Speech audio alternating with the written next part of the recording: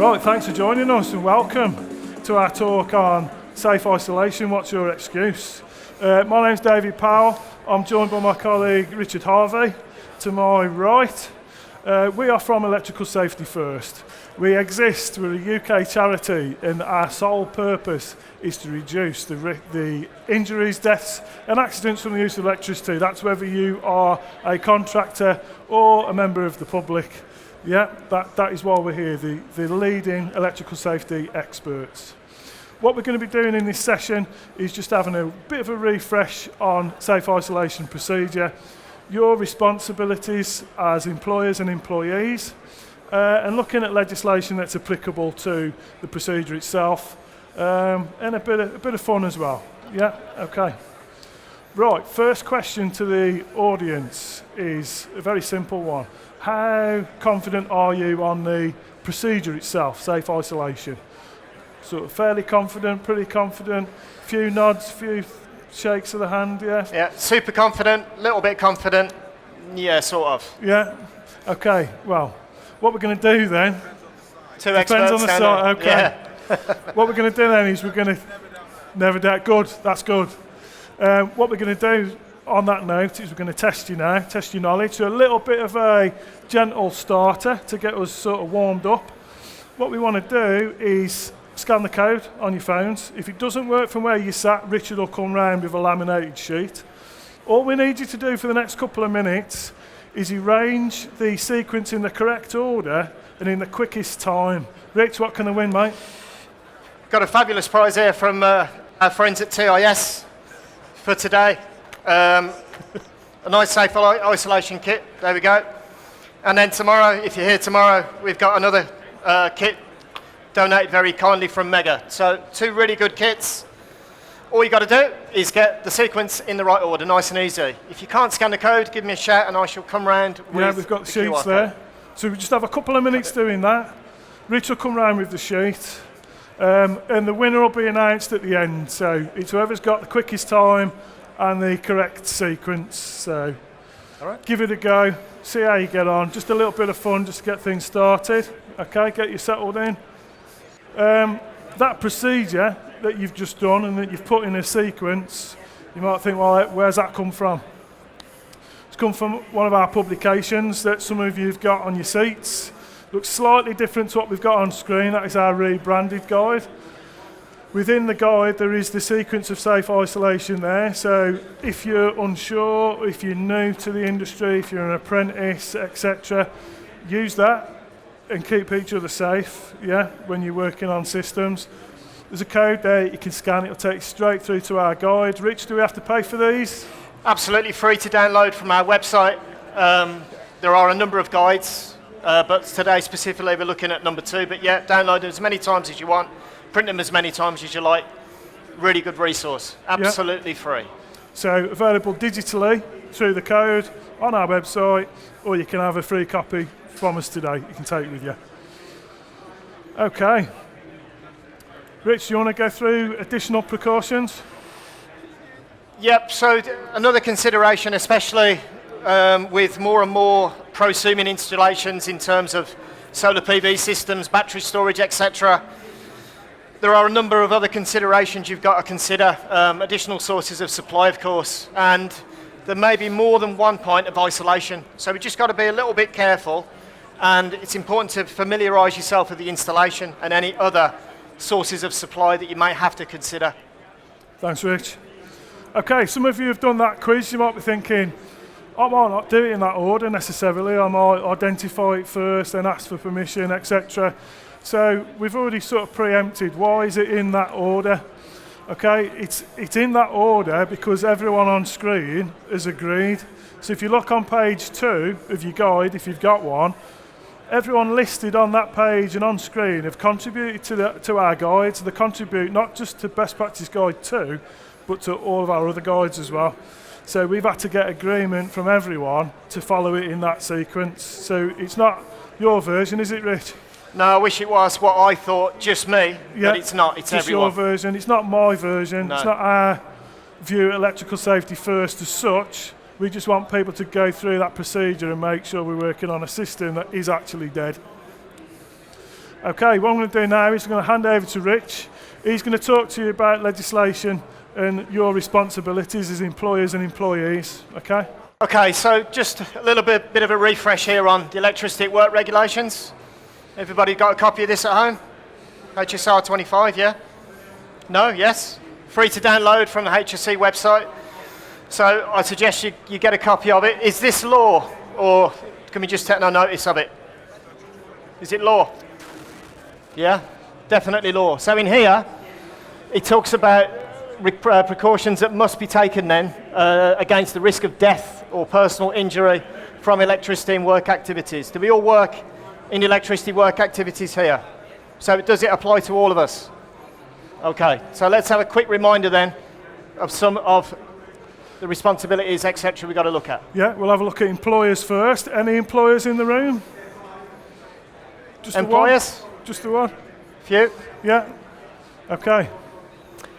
Okay, so duties are placed then on employers to ensure that their employees are engaged in any work activities on any electrical equipment, implement safe systems of work, have the technical knowledge, training or experience to carry out the work safely, and are provided with suitable tools, test equipment and PPE appropriate to the work that they are required to carry out. So you wouldn't expect employers to provide employees with a bag of excuses, would we? But if you work for yourself, equally, you wouldn't want a bag of excuses like me. Because in a court of law, I haven't really got anything or any leg to stand on. That's right, Rich, and the main thing from this is we need all three. Yeah. We need to have the right tools to be able to perform safe isolation, so rolls of tape and things like that, it's not suitable. We've got to provide training if that person is unaware of what the procedure is, how to carry out that procedure, and we've got to have safe systems of work as we do method statements, risk assessments, all that things stuff. like that. Okay, employees now, so I'm going to assume the majority of us in the audience are employees because we didn't have too many employers. Okay, Rich. So employees then, you are required to cooperate with your employer to enable the requirements of the regulations to be met. So this includes complying with any instructions that are given on matters such as safe systems of work, having the right equipment, etc. And the electricity at work regulations then, 1989, require that employees themselves comply with the regulations, which, as we've just said, is law. So the key thing with this, we're saying employers need to supply the training, the kit, safe systems of work, but as employees, you've got to make sure you're using the correct equipment, you're following the training that's given and following anything in your method statements and risk assessments. So it's a two-way street, so it's just a little bit of a reminder of what you should be doing as employees and what you should be doing as employers. Let's have a little look at the electricity at work regulations. What does it say in there? So, some specific regulations in and around working safety with electricity then. Regulation 12, where necessary to prevent danger, suitable means must be available to cut off the supply of electrical equipment, and the equipment must be isolated. So two musts in there. Yeah, and is this law again? It's absolutely law. So if we didn't follow that regulation, we'd have difficulty getting ourselves out of trouble there. Regulation 13, the means of disconnection must be secured in the off position with a warning notice or label at the point of disconnection and proved dead, proved at the point of work with an approved voltage indicator. So a suitable warning notice, something like this. Will that do? Good enough, yeah? Like that. Securing, well, I've got some here that can secure it. The old tape, that'll do, isn't it? No? And proving dead. So I can prove dead surely with one of these volt stick things, can I? No, it says in black and white in a statutory document, an approved voltage indicator. Doesn't say volt stick. Okay? And regulation 14, of course, dead. So dead working should be seen as the normal method of carrying out work on electrical equipment and circuits. Live work should only be carried out in particular circumstances where it's unreasonable to work dead. So we should always work dead, but there may be a circumstance where you cannot do that work dead. It has to be live. What's a good example of that, Dave? Could be working live. Could be some live testing that we're performing. So it might maybe be in a certain environment, a hospital environment. It could Yep. be certain things we might be working live. Solar PV. Yep. Yep. You're working live because you can't turn the sun off. Yeah, true. So true. yeah, certain circumstances, but we've got to look at other precautions, haven't we? Yep. Okay, a little bit of a recap then. Next thing we're going to look at is the standard for the equipment that we're going to use, test leads and probes. Any ideas on what that sort of standard needs to be? GS38, brilliant. Okay, so a little bit of a recap on what GS38 is. So we have done a video on this that you can scan. It's on YouTube, on the Electrical Safety First YouTube channel. GS38 is all around test probes, leads, lamps, and voltage detecting devices. So it sort of tells you what you can and can't use. And that's when we're looking at the devices, what Rich has got in front of himself there. Yep.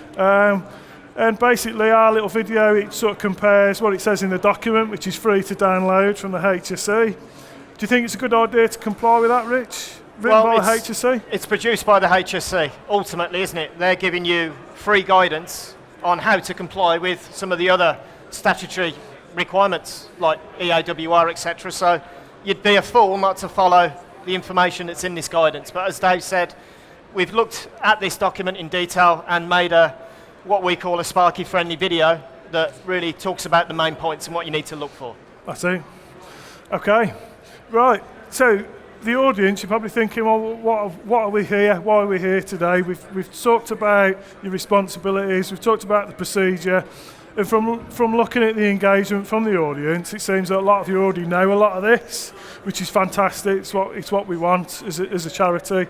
But the issue is the figures that we get from RIDDOR, HSE, that we're getting accidents and deaths, unfortunately, from people not performing safe isolation still. So I'm just going to speed things up a little bit due to time. We want to know what's your excuse for not doing safe isolation, okay? So Rich, you got your bag of it? But actually, there ain't no excuses here because everybody does safe isolation. They carry out the procedure and everything, don't they? True. But I reckon Mark's got an excuse why he don't carry out safe isolation. What's your excuse, mate? Why don't you carry out safe isolation? What's the worst that could happen? Think that's a good excuse? No, you must have an excuse, mate. You've got lots of these excuses blasting around. He's not bothered about the plasterer. Is anybody bothered about the plasterer? Why don't we care about the plasterer? You must have an excuse in there, mate.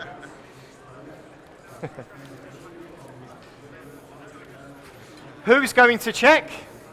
Who's going to check? It's a good one. I like that. Let's go down this way. You must have an excuse there, mate. You can't be bothered. Can't be bothered. What about these imposters out on the perimeter here that... Oh. That chap's worked live for years. Okay, and he's That's still not here. a good excuse, that, He's still here. is it? He must have 9 lives. One of these chaps has got a good excuse down here.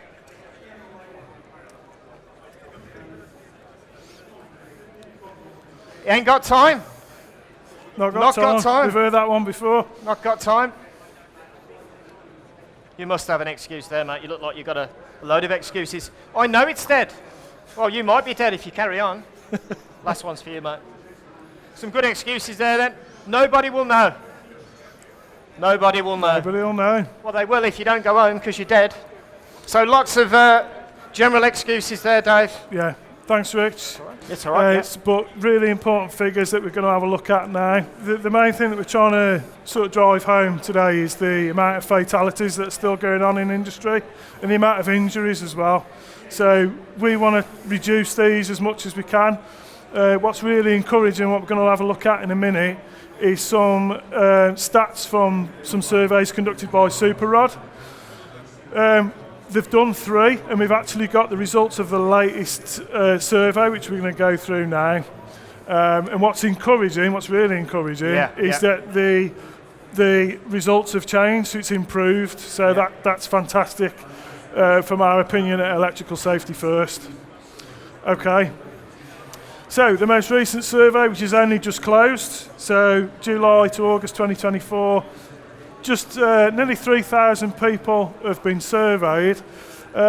One of the surprising things on here is that 70% of industrial sparks definitely use a lockout kit. So who's industrial in the audience? A few hands? Yeah. So that's fantastic. That's what we want. Yeah. However, only 30% of domestic installers use them. Right, well, let's have a look at some of the results. Let's have a look at some of the facts and figures from that survey that was carried out by Super Rod. So 1 in 10 don't carry a lockout kit in the tool bag. So how are we going to safely isolate? Not going to be able to, are we? Bit of tape. 25% of electricians rarely or never use a lockout kit to isolate the supply. So what are they using? Rolls of tape, I think, was one of the highest ones. Verbal communication. Yeah. Nothing. Not really, really good enough. Yeah. Okay, Rich, let's have a look at some of the other parts. So 1 in 55 don't use any test equipment to ensure there is no charge, no source of energy. So I don't know what they use then, maybe your finger or maybe just guess, that's it, yeah. Must be. That's not great. 6% of electricians don't always use test equipment. They think they are experienced enough to not make a mistake. 6%, not super high, but you just never know. You should never assume anything. Can't be complacent. Yeah. Okay, so we looked at what was your excuse. Rich has come round with his bag while we had our technical issue. Let's have a look at the excuses on the survey. I work alone, that was the highest excuse. So if you work alone, 32% of those 3,000 people think it's okay, I don't need to do it, I work alone. No, it's probably worse, isn't it? Because if you do work alone and something happens, you might be there for a good few hours before anyone realises there's been an accident, so not great. I talk to other trades, let them know what I'm doing. I mean, communication's great, but that alone isn't enough. I'm only going to be a minute or two. That's probably one of the common ones that I've heard in industry over the years. Yeah. It doesn't matter, really doesn't matter. We've got to be doing it. I'm not provided one by my employer. Now that value has changed.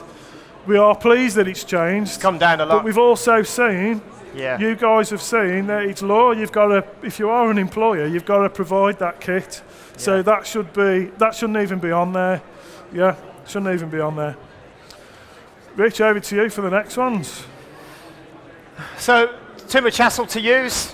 I mean, depending on what you're trying to lock off, sometimes the device is a bit tricky to get on and make sure it's secure, but 5%, too much hassle. I use an alternative way of marking cables I'm working on. Not sure what that would be. Alternative way of marking cables. Yeah. Maybe you put a bit of tape on it, don't put it on, I'm working on it. Do not touch. Yeah, don't touch, yeah. Too expensive, I'm glad that's come down, 2%. They're not that expensive these days, TAS do a great kit, one you can win today that comes with everything in it, reasonably priced, lots of manufacturers do them now. So, I can't find them in my local wholesaler, 1%. 1%, they're everywhere. Most wholesalers will stock them, wouldn't they? Yeah, exactly. And there's always Amazon and other places like that. Exactly. Okay, so the whole point of this today is to go through the procedures to refresh your memory a little bit, if we forgot. Have a look at what we've got within the guides, responsibilities, but the main takeaway from today, what we want, is to not have any of you guys tomorrow, or whenever you're next on site, don't use any of these excuses. Yeah. Think about it. If you might be thinking, I've got to walk back to the van and get my stuff, just go, get it, go through the procedure, make sure it's locked off, not just for you, but for other people as well that are in the building or the person you work with. And don't let any of these excuses or the extra special ones out of Richard's bag be one of yours, okay? Yeah?